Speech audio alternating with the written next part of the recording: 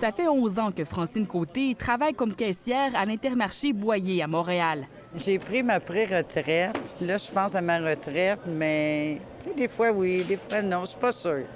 Celle qu'on surnomme affectueusement Mamie dit se sentir toujours d'attaque lorsque vient le temps de servir ses clients, même à 68 ans.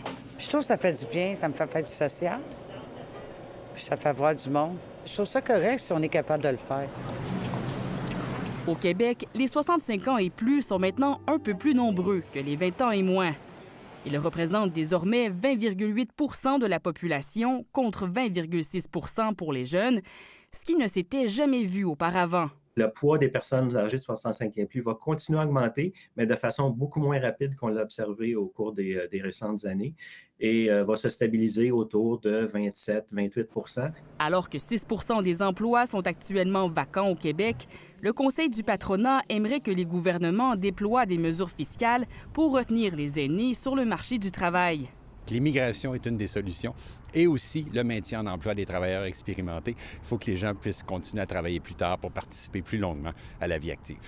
6 des 75 ans et plus résident présentement en CHSLD et les besoins iront en augmentant.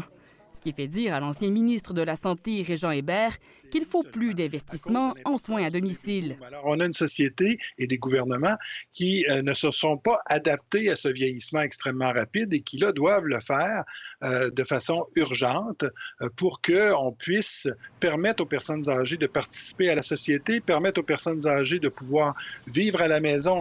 Après 2 ans de pandémie, la population du Québec est revenue à ses élans d'autrefois et a connu un bond d'un peu plus de 58 000 habitants en 1 an.